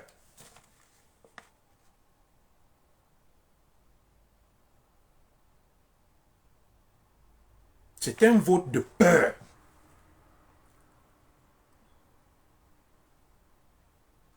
Oui, les blogueurs de cette région ne sont pas obligés de parler de Marie-Louise Mbala. Oui. Est-ce que la justice est rendue sur les réseaux sociaux, mon frère Jean-Baptiste Mbolo? On n'a pas besoin que les blogueurs parlent pour Mbala Marie-Louise pour rendre justice dans un pays normal. Moi, je suis en France, je suis un noir. J'ai gagné beaucoup de procès en France. Est-ce que des gens sont allés manifester pour moi, noir en France, pour que je gagne des procès? Ça veut donc dire que notre machine est grippée. S'il faut que des gens se lèvent pour réclamer justice pour Marie-Lou, alors que les faits sont là, accablants, on n'a pas besoin de ça. Ça veut dire qu'il y a un malaise. Oui? Pourquoi avons-nous besoin des blogueurs bamileke? On n'a pas besoin de pour que justice soit rendue à Marie-Lou. Voilà le port autonome de Douala. Est-ce qu'on a eu besoin des blogueurs bamileke ou Ekan pour que les Motazé, les Cyrus Ngo, le général Amougou se lèvent pour aller faire des réclamations là-bas? Est-ce que vous êtes allé leur demander de le faire? Les voilà qui se lèvent, non. Ils se livrent une bataille. Deux clans. D'un côté, ceux qui veulent reconduire l'entreprise SGS, la filiale suisse, et de l'autre côté, ceux qui veulent mettre fin à la présence de cette filiale-là. On n'a pas eu besoin des blogueurs bamileke ou Ekan au port autonome de Douala pour que la bataille des clans se livre autour du contrôle du port. Il y a une justice qui s'en occupe. Pourquoi? Pour qu'on rende justice, il faut que les pauvres qui meurent de faim se mobilisent. Mais quand il faut aller parler des histoires d'argent, comme au port autonome de Douala, on n'a pas besoin de vous. Ça veut dire que vous êtes dans un combat dont vous ne comprenez pas le sens. Vous ne comprenez pas le sens de ce combat. On vous manipule et vous voulez nous manipuler. Et nous devons arrêter ça. Et je suis très en colère parce que si on continue, nous allons effectivement périr. Non pas à cause des Bamileke, des extrémistes, mais à cause de notre idiotie. Où nous n'arrivons pas à comprendre qu'il y a une alliance maléfique, sordide et sombre entre l'élite Bamileke et l'élite Ekan pour dépouiller le Cameroun, pour ruiner le Cameroun, pour spolier le Cameroun. C'est ça qui m'énerve. Au lieu de vous focaliser sur un clan, que les Ekans ou les Bamileke, on doit se focaliser sur cette élite chronophage qui est très mauvaise, qui ne recule devant rien, qui n'a pitié de personne. Regardez la honte qu'il y a sur nous au port de Douala. D'un côté, on a toujours les mêmes acteurs, les mêmes individus, les mêmes personnes. D'un côté, les mêmes noms, Ferdinand Ngongo, Cyrus Ngo, Général Amougou. De l'autre côté, Lupaul Motazé, Emmanuel René Sadi, Ngale Bibiye, les mêmes. Le Cameroun appartient à ces mêmes-là. Ils sont là depuis la nuit des temps, des vieux comme René Sadi. Ça doit toujours être les mêmes, dont les noms ressortent partout. Ils sont ministres depuis 30, 40 ans. Ce qu'ils ont pris ne leur sert pas. Ils ne peuvent pas aller se reposer. Ils sont toujours là. Et vous allez continuer à dire que c'est l'affaire des Bamileke. Non. Voilà une histoire comme celle du port autonome de Douala. On doit confier le marché du scanning, ça veut dire de l'enregistrement des marchandises, à une entreprise. Et le nom de tout un général, chef d'état-major des armées du Cameroun, chef d'état-major particulier autant pour moi, du président Paul Biya, du général Amougou, dont le nom ressort dans tout. Il y a un dossier qu'on m'avait donné sur lui. Sa jeune femme mbamoise arrache les terres aux gens partout à Yaoundé. Personne ne bronche. Les Ekans le savent, mais ils ne parlent pas. Ils vont toujours aller accuser les Bamileke. Non. Il faut qu'on arrête. Il faut qu'on arrête. Comment, dans un état normal, des instructions administratives sont désormais données, les hautes instructions, par un général, le chef d'état-major particulier du président, le général Amougou. Que vient-il chercher dans la machine administrative du Cameroun? Dites-moi, à Bourbam. Je n'ai rien après lui. Mais c'est tout ça que quand je vous vois, et ma soeur Mendoa, je salue ton combat, je t'aime beaucoup. Et à mon Yangwa, toi qui causes avec les ancêtres, toi qui causes avec nos ancêtres, dis-leur que comment nous on peut faire. Ma soeur Mendoa Nanga, tu causes avec les ancêtres. Ma loi bouille, ma dingoa bouille. Tu es ma soeur. Parce que vous me dites toujours, non, soyons solidaires. Quand on regarde le spectacle offert par nos élites et quand, est-ce que nos ancêtres bêtis peuvent être contents de ça? L'alliance qu'ils ont faite avec les élites Bamileke, ils leur donnent les marchés, ils leur donnent tout. Mais nous, en bas, nous pleurons. Nous pleurnichons, nous accusons les Bamileke. Non, ils ont formé une mauvaise alliance. Et le sang des innocents pleure. Nos ancêtres, avec lesquels tu causes mettez des cœurs, n'ont pas demandé à nos élites de se comporter comme ça. Nos ancêtres que je connais, je suis aussi un enfant qui a grandi avec les grands-parents, ne peuvent pas être d'accord avec ça. Ils ne peuvent pas être d'accord avec ça. On ne peut pas être directeur de l'ENAM. Tu entends seulement que pour entrer à l'ENAM, il faut donner 10 millions, il faut donner 20 millions. Et ceux qui payent ces pots, ce sont les Bamileke. Mais ceux dont les noms sont salis, ce sont les Ekans. L'histoire retiendra que c'est un Ekan qui vendait les places à l'ENAM. Pourtant, ceux qui viennent acheter les places, ma soeur Mendoa Nanga, ce sont les Bamileke. C'est pour ça que j'ai dit ça ne peut pas continuer comme ça. On ne peut pas continuer à pointer un doigt accusateur sur d'autres, alors que ce sont les nôtres qui sont responsables. Nous sommes tombés, c'est la vérité. Tu entends que les NAM, on te dit 10 millions. La douane, 10 millions les impôts, 5 millions ceci, 15 millions la magistrature. C'est un écan. C'est un écan. Tu vas Alémia, machin. Et ceux qui achètent, ce sont les Bamileke qui finissent d'acheter et ils vont salir les écans. Parce qu'il y a une alliance cupide entre l'élite Bamileke et l'élite écan. Ils se partagent le pays. Chacun a un rôle. Toi, tu joues un rôle de signature et moi, je joue un rôle de corrompu et je viens te donner l'argent. Dites-moi, comment le général Amour se retrouve dans le circuit administratif des hautes instructions que le président Biya a dit que le port autonome de Douala, il faut donner le marché du scanning à la société transatlantique. Le général qui s'occupe des questions militaires, qu'est-ce qu'il vient chercher dans les instructions administratives? On se demande même si là-bas au sommet de l'État, nos frères ne sont pas devenus fous. Et ce sont ces choses-là qu'on va gommer. Et vous me dites que non, le problème c'est les Bamileke, réunissons-nous, combattons-les. Non, non. Ce général fout la honte. Et quand tu vois ça, tu comprends qu'il y a un problème. Parce que les hautes instructions, vous avez vu ça commencer sur Amour Obelinga. Amour Obelinga allait en prison. Ils ont essayé ça sur Samuel Eto'o. Comme Samuel Eto'o a des réseaux, son ami Babo qui lui a dit que ça ne vient pas de Paul Biya. N'exécute pas. Et aujourd'hui, les hautes instructions viennent, le premier ministre a balayé ça avec le Motazé parce qu'ils connaissent la source. Ils connaissent la source. Comment pouvez-vous admettre que dans un pays, vous avez vu cette guerre-là, mes frères? Vous avez vu cette guerre au niveau de la SNH. Parlons de ça, mes frères. La SNH, Société Nationale des Hydrocarbures. Toujours les deux clans qui s'opposent, qui croient être propriétaires. Moi, je ne suis pas propriétaire du Cameroun. Les propriétaires du Cameroun sont les Nanga, les Boulou et les Lite Bamileke. Je vous dis ça, hoa. Épargnez-moi, mettez-moi en dehors de ça. Les Lite Nanga, les Lite Boulou et les Lite Bamileke, voilà les trois propriétaires du Cameroun. Et il faut se dire les vérités. Ils se partagent le Cameroun, ils mettent leurs amis à gauche, à droite. Ils font n'importe quoi. Regardez l'affaire de la SNH. Regardez l'affaire de la Société nationale des hydrocarbures. Ngongo donne des hautes instructions. Oui, ils sont dans les loges maçonniques, ma soeur Mendoa. Je suis d'accord avec toi. Regardez l'affaire de la SNH, Société nationale des hydrocarbures. Deux clans se sont opposés. Le clan Boulou et le clan Nanga.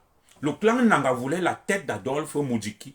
Mais comme la femme d'Adolphe Moudjiki est Boulou, la belle et charmante Madame Nathalie Moudjiki, c'est ma sœur. Je la respecte beaucoup. Je n'ai rien après elle.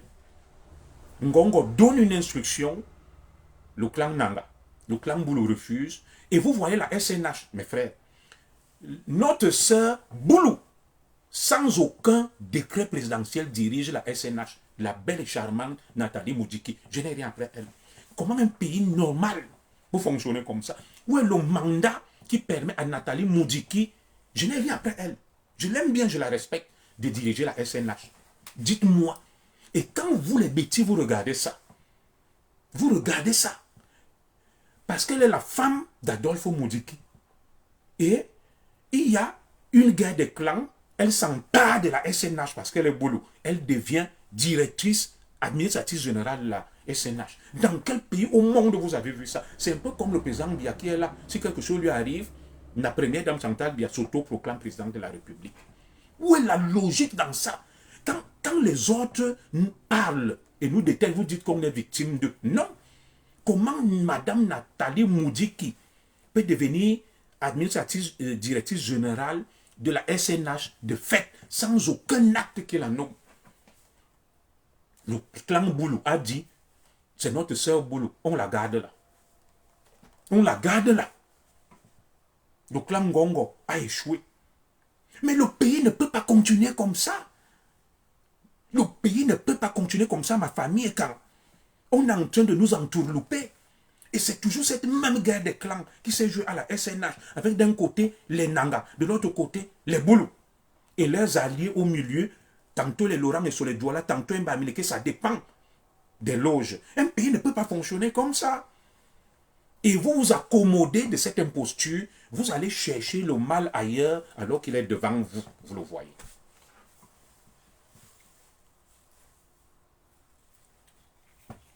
Le mal est devant vous.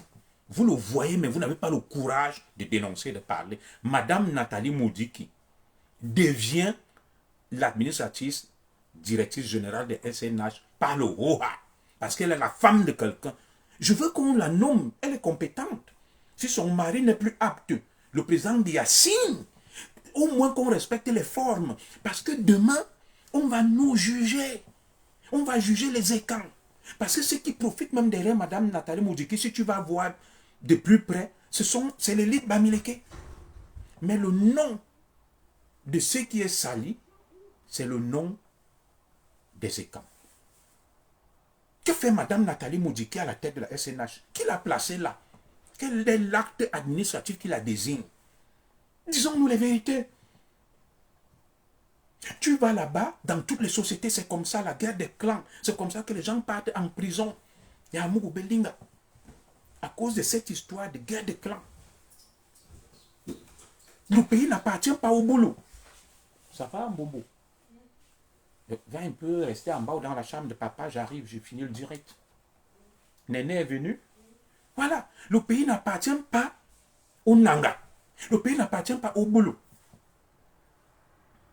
Le pays n'appartient pas à l'élite bourgeoise Bamileke. On ne peut pas manipuler un pays comme ça. On ne peut pas manipuler un pays comme ça. Et après, on doit porter ce lourd passif que je suis écan. Partout où je passe, on me dit que je soutiens le président Paul Biya, je bloque le changement. Non. À un moment, il faut se dire la vérité. Regardez ce qui se passe au port autonome de Douala.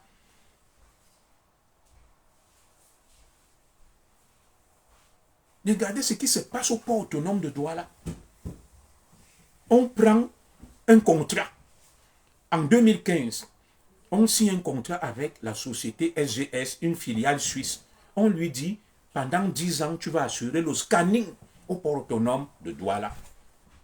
Et tout un ministre des Transports, Ngal et Libié, vient vous expliquer par une alchimie, par la prestidigitation, que l'affaire que vous voyez là, c'est qu'on leur a donné un contrat en 2015, mais le contrat ne devrait être exécutable qu'en 2022 avec la construction du 4e conteneur du port de Douala.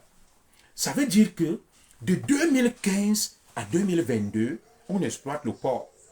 Mais vous avez déjà vu ça dans quel pays? Quand vous me dites que non, le Premier ministre est venu rétablir l'ordre, Moutazé a raison, personne n'a raison. Ils sont, ça va néné, ils font dans les broufs. Maman est partie à Bruxelles pour les obsèques du mari de Tata Glam. Elle est partie avec Tata. Voilà. Et vous vous levez. Lui, dis-moi, tu veux quoi? Tu veux prendre quoi? Après mon direct? D'accord. Je termine bientôt. Bon. Donc, du coup, on confie un contrat à la SGS pour faire le scanning en 2015. Le contrat court jusqu'en 2025, 2026, 10 ans. Mais quelqu'un te dit que non, c'est que le contrat devrait être exécuté à partir de 2022, l'année où il devait construire le quartier. Mais dites-moi, c'est quelle logique juridique?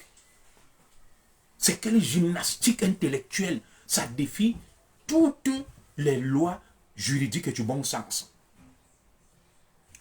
On se demande donc, dans le pays où vous dites que le président Biya est le Nomangi, comment le président Biya peut donner une instruction que on enlève la société SGS du port autonome de Douala, on la confie à Transatlantique DSA, qui est déjà au port de Kribi, et vous pensez que c'est le Premier ministre qui va venir contredire le président Biya? Non, soyons sérieux. Où est la logique? Le président Biya peut-il donner un ordre? Djangouté le bafoue, puisque le président Biya est son patron, ça veut dire qu'il y a un problème. Les très hautes instructions, elles ne sont plus données par Ngongo.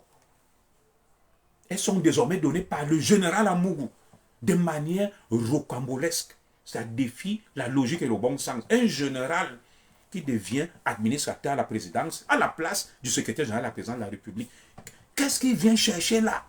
Je n'ai rien après le général Amougou. C'est mon aîné, je le respecte, mon général. Mais qui t'a même entraîné dans cette boue? Mais un général, ça réfléchit quand même. Tu peux apporter une haute instruction au nom du président Biya. En vertu de quel pouvoir? Toi qui es chargé des affaires militaires. Tu es chargé des affaires militaires. Tu pars parler des affaires du port autonome de Douala. Tu viens avec un papier au nom du président Biya, les très hautes instructions. Donc le président Paul Biya maintenant donne ses hautes instructions. Mais il y a même au moins ce qu'on appelle le parallélisme des formes. Respectez ça. Il n'y a plus de juristes au palais. C'est les mêmes. On me dit qu'il y a les Ayemogé là-bas qui dirigent la cellule économique à la présidence. Quand vous voulez quand même faire les choses, faites-les dans la forme. Comment? C'est le général Amourou désormais qui transmet les hautes instructions président Biya et il signe un papier en bas. Et vous me dites que cette république est normale. Comment une telle république peut être normale, mes frères?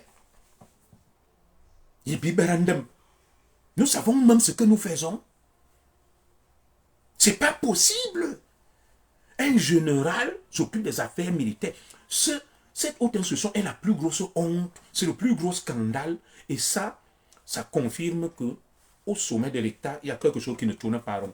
Le président Biya que je connais, quand je dis connaître sa manière de fonctionner, ne peut pas demander à un général de porter des hautes instructions administratives. Ça veut dire que c'est le Salimbangbali là-bas au palais. C'est les Boulganjanga, c'est n'importe quoi. Quand je vois cet acte-là, ça confirme quelque chose. Je n'ai pas envie de parler pour ne pas fragiliser la famille État. Oui, comment peut-on signer un contrat en 2015, il arrive à expiration en 2026, et on vous dit que non, il y avait une clause là qui retardait l'exécution du contrat parce que en 2025, en 2022, ce n'est que là. Et c'est un ministre d'État. Et vous avez vu, il y a eu des morts à la haute autorité portuaire nationale. Je n'ai accusé personne. Quand j'ai parlé de ça, un frère, Sawa proche du ministre Ngale Bibi est venu m'appeler que pourquoi tu parles du ministre, on m'a envoyé mon commissaire te parler. Vous avez suivi que Epoupeke, le directeur de l'autorité portuaire nationale, est mort de manière bizarre. Notre frère Enoa qui était là-bas, l'un des hauts cadres de l'autorité portuaire nationale, est mort comme un chien. Vous et quand qui réclamez justice là, Enoa est mort comme un chien. J'ai les photos, exactement comme Madame Marie Lumbala. Vous ne réclamez pas justice pour ça. Il y a des affaires sur lesquelles vous réclamez justice et des affaires sur lesquelles vous ne réclamez pas justice. Il y a bon mot. On tue des gens au Cameroun pour des postes. Il y a des assassinats, des meurtres à la haute autorité portuaire nationale. Des gens meurent comme des chiens. Tout ça à cause de l'argent. Donc, et vous voyez ce qu'on appelle des injonctions contradictoires. Le directeur du port autonome, Cyrus Ngo, qui est un proche de Ngongo, un Nanga, vient dire que il met fin au contrat. Il y a un décret du président signé en 2019 qui lui permet de gérer ça. Le secrétaire général, la présidente de la République vient et dit, via le général Amougou, que j'ai une haute instruction du président Paul Biya qu'il faut désormais confier le marché du scanning à Transatlantique, je crois, une filiale française, DSA. Le premier ministre, Louis-Paul Motazé, et René Sadi, qui est le président du conseil d'administration de la SGS, s'opposent à un ordre de Paul Biya. Dis-moi ça. Marthe Mengonkoum, ou ma petite sœur, Mendoa. Le président Paul Biya donne un ordre d'enlever la SGS. Son premier ministre, son ministre de la communication, René Sadi, qui est également président PCA de la SGS, René Sadi, Ngale Bibi est ministre des Transports, s'oppose. Dans quel pays c'est possible? Le Paul Biya que vous connaissez.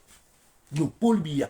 Puisque le Premier ministre est là sous les ordres de Paul Biya. Ça veut dire que si Paul Biya veut enlever John Gouté ce soir avant 20h, il enlève. Vous pensez que John Gouté peut vraiment s'opposer à une instruction de Paul Biya? Quand vous voyez tout ça, vous embrouillez les esprits. Vous venez parler des histoires, oui, les Bamileke nous envahissent, les terres. Non, non. C'est incompréhensible. Le général Amourou vient avec un papier. Il signe le chef d'état-major particulier du président Paul Biya. Que Paul Biya m'a dit de vous dire que. Parce que Paul Biya lui-même, il ne parle plus. Hein. Il est sourd-muet, il ne parle plus. Les gens parlent à son nom. Mon frère Éloge Constantin, moi j'ai un papier. Jusqu'à ce que la présidente démente. Moi j'ai rien après toi Éloge. Voilà le papier du général Amougou.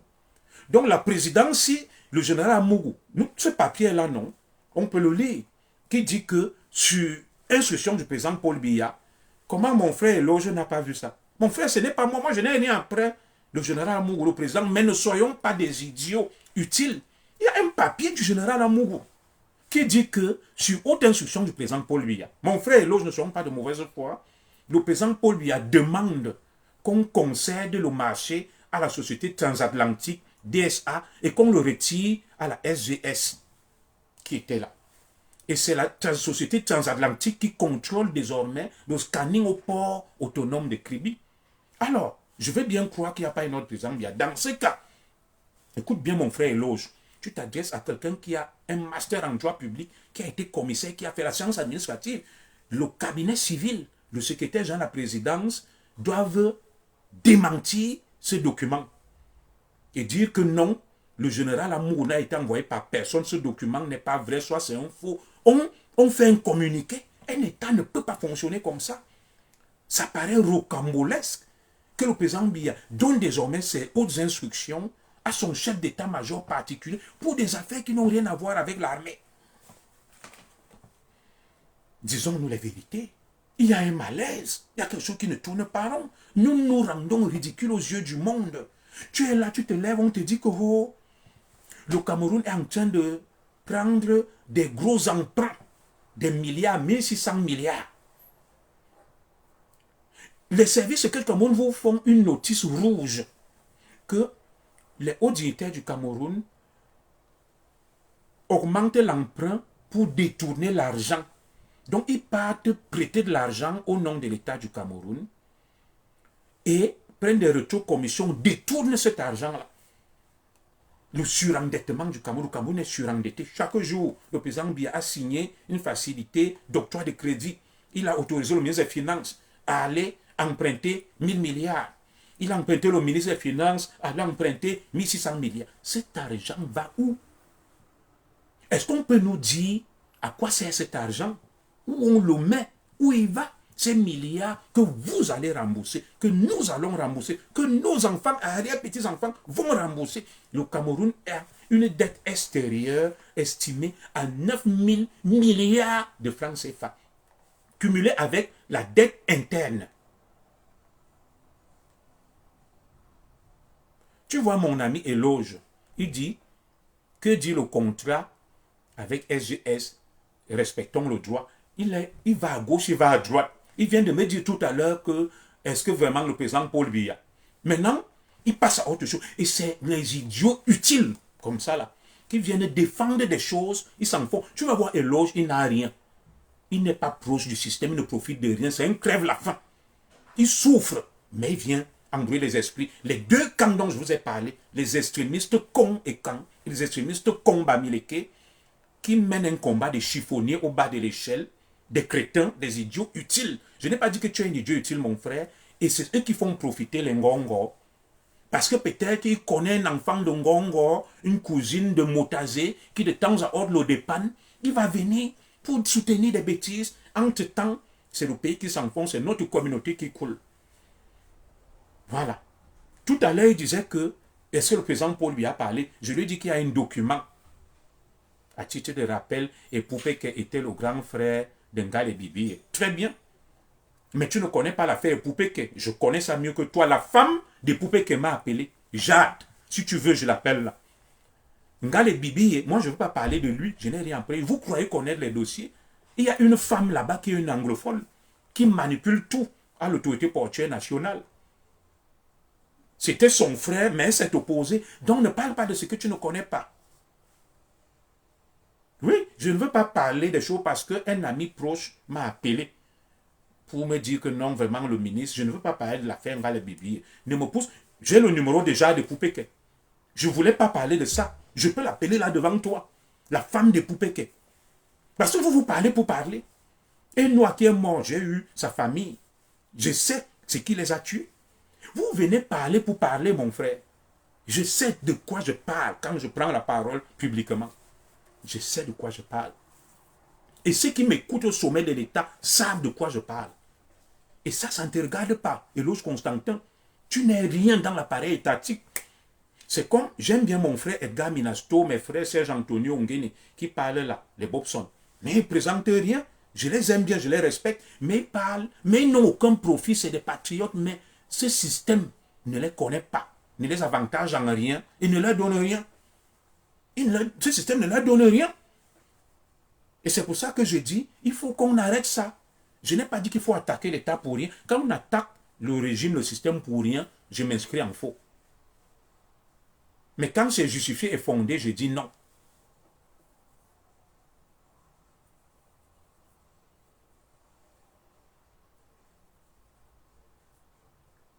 Moi, je n'ai pas besoin de savoir si Éloge t'appelle ou un machin. Je t'ai donné une info. Moi, tu ne m'intéresses pas, Éloge. Tu n'es ni Premier ministre, ni tu es un Ndurungé, mais aussi que tu as ma pouvoir. Voilà l'affaire du port autonome de Douala. Tu ne t'appelles ni Ngongo, ni Cyrus Ngo, ni Général Amougou, ni Motazé, ni René Sadi. Tu viens chercher quoi là? C'est pas à toi que je m'adresse, mon frère. Va boire ton vin, va manger tes soya au quartier. Je m'adresse à ceux qui dirigent, à ceux qui prennent des décisions. Donc mets-toi de côté. Ah, sinon, je vais te bloquer là. Tu nous perds le temps pour rien. Tu n'es rien dans le système. Ne viens pas prendre des balles sur ce dont tu n'es pas responsable. Ou tu restes, tu écoutes comme tout le monde. Tu restes tranquille, tu te tais. Sinon, je vais te bloquer. Bon, on va donc le bloquer. Parce qu'il nous perd le temps pour rien. Hop, Éloge Constantin, bloqué. Comme ça, on va continuer. C'est ce genre d'idiot-là dont je vous parlais que peut-être il connaît un petit Chinda qui ose faire au Cameroun et va venir se comporter comme si il ne profite de rien. Tu vas les voir, des souffreteux, mais qui viennent distiller le statu quo, l'immobilisme, la haine de Ndjo. Donc, je le dis, ce qui se passe là, au Cameroun, est très grave. Les deux clans qui s'affrontent depuis sont en train de s'affronter au port de Douala sur l'affaire de l'attribution du marché, du scanning entre la société SGS qui est soutenue par un clan,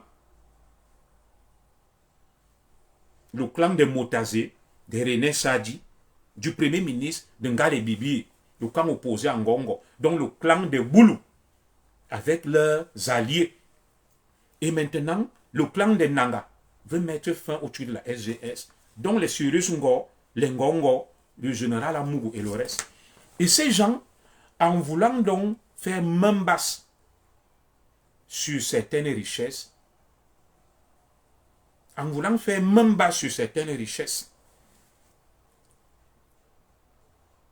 sont obligés de fouler aux pieds les procédures administratives, de faire n'importe quoi. Et c'est l'image de la communauté Ekan qui est écornée dans le monde. Quand les gens voient ce papier, ce torchon, tout un général, chef d'état-major particulier du président, qui s'immisce dans les affaires de gestion administrative au lieu de s'occuper de son domaine, l'armée. Ici, un papier. Ici, un papier que le président Biya m'a dit de vous dire que dans un domaine qui n'est pas le sien, parce qu'il y a une manne financière, tout ce qui les intéresse, c'est l'argent. Je me demande toujours que mais tout l'argent que ces gens ont pris depuis des années, ça va leur servir à quoi? Ils font quoi de ça? L'argent les amène même où? Des gens qui sont des ministres depuis 30, 40 ans, qui continuent à courir derrière les espèces sonnantes et trébuchantes jusqu'à leur mort. L'argent là, ils vont l'amener où? Regardez un peu les territoires et quand, mes frères. Il n'y a ni route, ni électricité, ni eau, ni rien.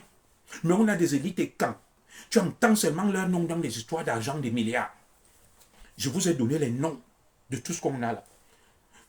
Tu vas dans les zones quand c'est la misère. Au moins, l'élite Bamileke, qui avec les trompes, ils partent, ils construisent chez eux des routes, des hôtels, ils investissent. Que font les écans avec l'argent qui se partage avec l'élite Bamileke? Tous ces écans que je vous ai cités là, ils font quoi avec cet argent?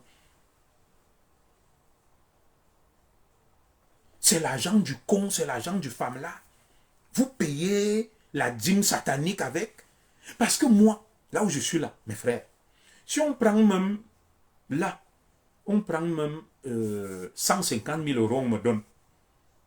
150 000 euros, c'est l'équivalent de 100, combien 100 millions au Cameroun. Je reste tranquille. J'arrête même le travail, j'investis, je vis, je ne demande plus rien à personne. Mais ces gens ont des milliards. Ils continuent à être rageux. Des gens âgés de 70, 80 ans, au crépuscule de leur vie. À un moment, ils devraient même dire que les gars, nous on a beaucoup travaillé, j'ai investi, j'ai élevé mes enfants, je vais me reposer au village. Ils donnent l'argent là à qui? Tu les vois même, ils ne ressemblent pas à quelqu'un qui touche à l'argent. Tu ne peux même pas voir un beau vêtement sur eux. Mais dites-moi, écrivez là, je vais lire ça avant de partir. Des gens qui travaillent depuis 30, 40 ans, qui ont déjà eu des avantages, qui continuent à s'accrocher. Ils sont prêts à tout.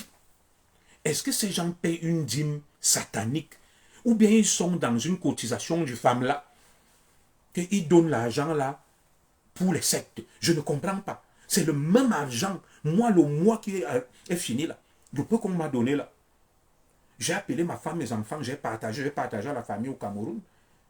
Le peu, les miettes que j'ai.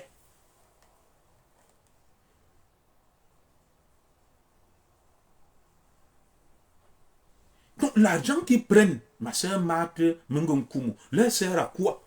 Nous là, c'est la fin du mois, nous sommes en Europe. Nous qui gagnons les petits 2000, 2500, 3000 euros.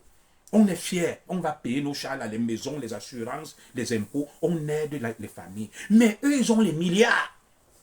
Depuis 30, 40 ans, ils continuent à avoir le sang aux yeux. 1 milliard, c'est 1000 millions. Tu prends même 1 milliard, tu peux vivre tout le restant de ta vie sans rien vouloir. Bonne année, maman Régine Bienne. Tu prends 1 milliard, ça te fait 1000 millions.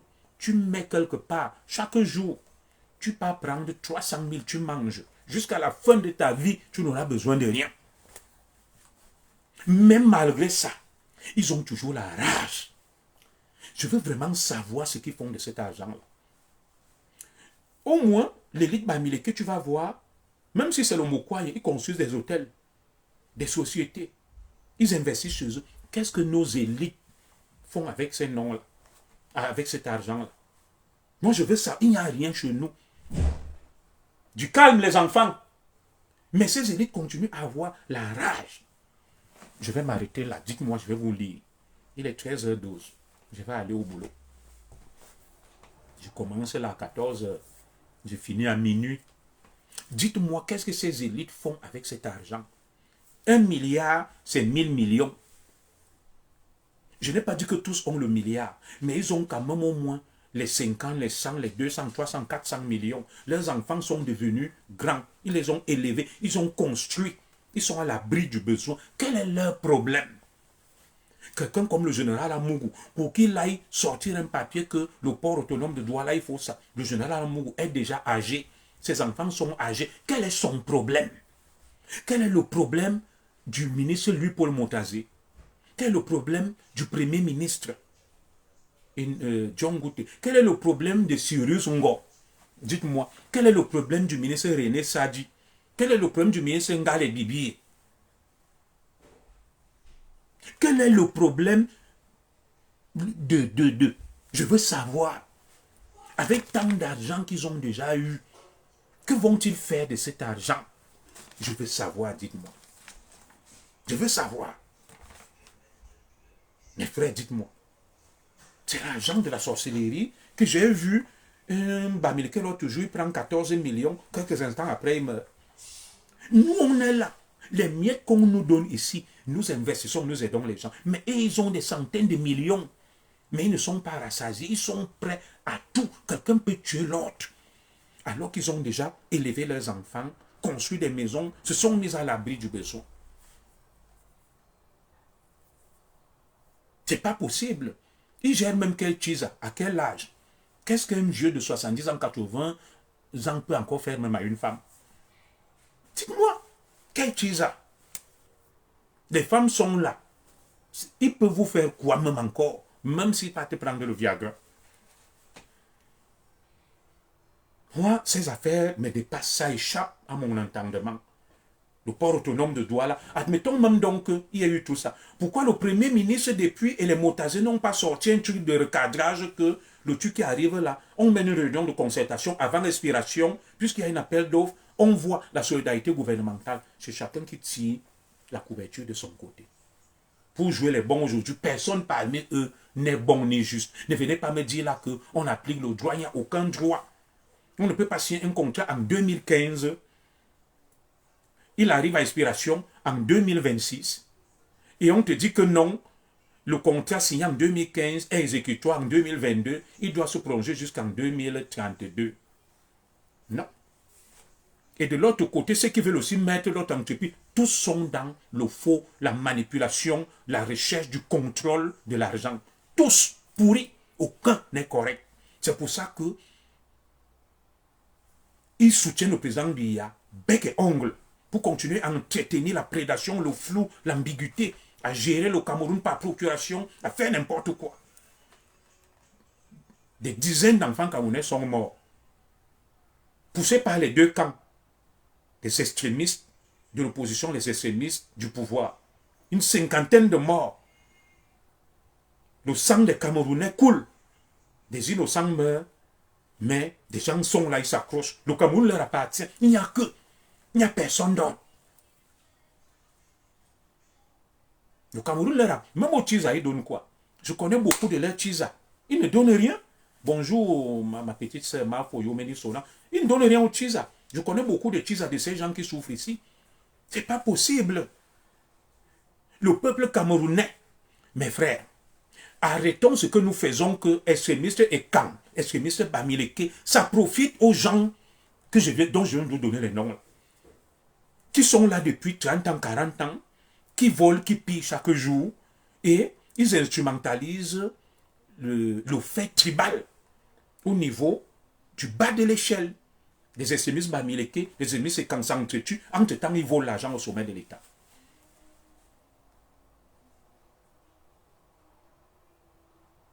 Ils volent l'argent au sommet de l'État. Entre-temps, les enfants du Cameroun meurent et souffrent. Est-ce qu'on peut me dire l'autorisation que le président Biya a accordée là, de recourir à un emprunt de 1600 milliards? Cet argent va aller dans quoi? L'affectation de ces fonds. Ça sera pourquoi qu'on nous explique. Je veux bien qu'on recourt à l'emprunt, mais qu'on nous dise où on met cet argent. Des gens s'asseyent et détournent l'aide publique au développement.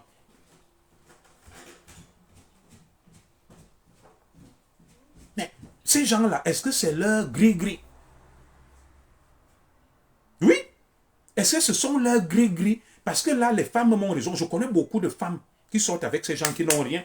J'ai mes sœurs ici. Mais j'ai l'impression que comme les hommes sont en vogue, ils pratiquent leur histoire là de tchèle. Ils se coignent derrière. C'est plutôt leur tchisa hommes qui profitent dans leur pratique occulte et satanique des loges et des sodomites. Donc je vous ai parlé, tu vas avoir un homme là, il devient riche, il serine tordu. On appelle ça comment là? Ici là, donnez-moi le nom. Il serine tordu. Une fesse est derrière l'autre en haut. Un homme. La hanche est tordue. Des hommes deviennent des femmes, des hommes portent des couches, des hommes règlent, des hommes deviennent milliardaires, ils deviennent les tchisa de ces gens-là. Des hommes deviennent les tchisa. Non, le pays est en train de couler. On ne peut pas continuer comme ça. Moi, je vous dis, je préfère mourir ici en exil. Des fois, je le fais, je me calme pour ma femme que ouais. Mais des fois, je suis obligé de parler. Voilà mon grand frère qui est mort en Belgique, à Liège. Raymond Doumbé, il a demandé qu'on l'enterre ici. Vous pensez que si on m'enterre même ici, où est le problème? Ma femme, mes enfants sont ici. Ils vont veiller sur ça. Ah ah! C'est quel pays ça même? Les gens font n'importe quoi. Et toi as eu raison de dire à moi que va là-bas avec tes hautes instructions, je nomme mon sélectionneur. Est-ce que c'est vraiment le président Paul Biya qui signe ces trucs-là? Est-ce que c'est vraiment le président Paul Biya peut demander qu'on change une société au port autonome de droit et le Premier ministre décide le contraire? Non, c'est pas possible. C'est pas possible. Ça veut dire qu'il y a un problème là-bas au palais, mes frères. Ouvrons les yeux. Les sons, ce n'est pas l'affaire des Bamiliko, des Ekang. Moi, je suis quelqu'un d'objectif. Et je vous dis, je suis en colère, je suis très en colère contre les extrémistes bamileke qui bloquent le changement en mettant en avant le tribalisme, en accusant les Ekang pour rien. Je suis aussi très en colère contre les extrémistes Ekang qui font en sorte qu'il n'y ait aucune force qui émerge. Et entre-temps, ce sont les gens-là qui continuent. 2018, 2025 et 2032, on continue à regarder ça. Jusqu'à quand cela va durer? À l'heure où on devait leur dire, allez vous reposer au village. C'est toujours les mêmes. Je n'étais pas né, le ministre René Sadji était là. Je n'ai rien après lui. Il est PCA de la SGS. Il ferraille dur comme fer. Il parle le français ronflant. Tu vas chez lui, il n'y a rien. Je suis allé à Nanga, il n'y a rien à Nanga. C'est la misère. Regardez le nombre d'élites et camps. Mbogantara. Le président de la République est Ekan, l'homme le plus puissant du Cameroun. La femme la plus puissante du Cameroun, c'est la première dame Ekan. Le secrétaire général de la présidence de la République, la troisième personnalité la plus puissante du Cameroun, Ekan, Ferdinand Ngongo. Le directeur du cabinet civil, le quatrième homme le plus puissant du Cameroun, c'est un Ekan, Ayolo. Le directeur adjoint du cabinet civil, c'est un Ekan, Baboke. Le conseiller spécial du président Paul Biya, c'est un Ekan, le vice-amiral, dont le général Joseph Fouda. Le chef d'état-major particulier des armées du Cameroun, c'est un Ekan, le général Amou. Le chef d'état-major des armées du Cameroun, c'est un Ekan, le général Maka. Le ministre de la Défense, c'est un Ekan, Betty Assom. Le patron de la gendarmerie camerounaise, c'est un Ekan, Galat Setoga. Le patron de la police camerounaise, c'est un Ekan, Mbargangeli. Le ministre des Finances du Cameroun, c'est un Ekan, lui Paul Moutazé.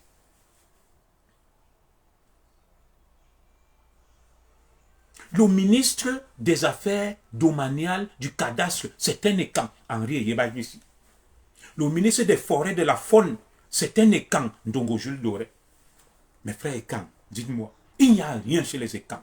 Parmi eux, il y en a qui ont 80 ans, 90 ans. Ils continuent à sortir les yeux. À l'heure où ils doivent aller se reposer, rien ne passe. Ils n'entendent pas parler de l'argent quelque part. Tu vas dans nos zones, il n'y a rien. C'est l'apocalypse, c'est la misère la plus totale. Jusqu'à quand nous allons continuer à jouer à ce jeu? Je n'ai pas demandé qu'on tue quelqu'un. Je n'ai pas demandé qu'on mène la guerre. Je dis qu'il faut dénoncer cette imposture entre extrémistes et camps, extrémistes bamileke, qui bloquent le pays pour qu'il n'y ait pas l'émergence d'une force qui va dire ça suffit. Vous tous là, allez au village vous reposer. On met les enfants du Cameroun sérieux, calmes, de toutes les régions qui vont travailler pour ce pays dans la justice, dans l'équité et dans l'honnêteté. Mais bien sûr, ma sœur Angélique Amougou, l'affaire des hautes instructions a envoyé Amougou Beling en prison. Ça a failli coûter cher à Samuel Eto'o. Heureusement, Babo qui est venu le sauver. Voilà ça, la SNH, c'est monté, c'est descendu. Le pays va à gauche, le pays va à droite. Tel a dit qu'on gère le pays avec le Congo-Ça.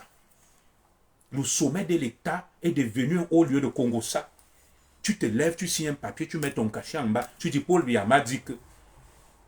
Paul Biya, que je connais, peut dire à son premier ministre que je veux qu'on enlève telle chose. Le premier ministre s'oppose à ça.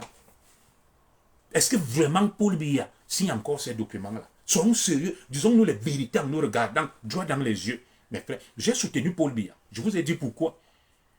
J'ai soutenu Paul Biya, non pas parce que je crois en ce qu'il fait, mais parce que les extrémistes bamileke nous promettaient l'enfer, la mort, l'extermination. Je suis clair, j'ai dit, mieux je me protège.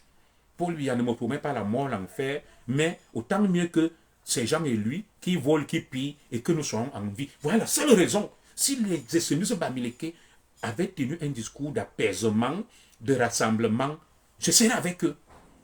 Mais comprenez aussi les écans. Quand les écans se lèvent pour dire que justice pour Marie, ils se plaignent. Ça veut dire qu'eux-mêmes ne sont pas d'accord avec le système. Mais c'est à cause de vous, extrémistes américains, qui soutiennent ce système. Jusqu'à quand nous allons continuer? Des gens qui jouent un double jeu, Calibro a tout dit. Que dans leur lutte, il y a des traîtres, des manipulateurs. Rien n'est vrai, c'est la mise en scène.